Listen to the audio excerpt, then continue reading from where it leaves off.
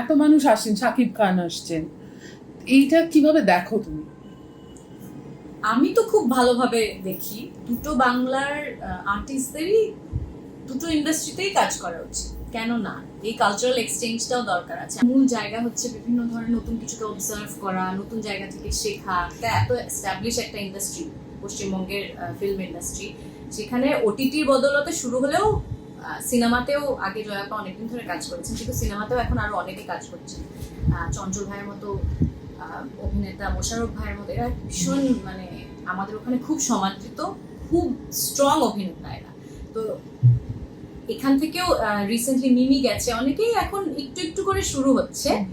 আমাদের ওই ভাষার ডায়ালেক্টের একটু বৈষম্য ছাড়া আর কোনো বৈষম্য নেই, তো এটা আরো বেশি হওয়া উচিত।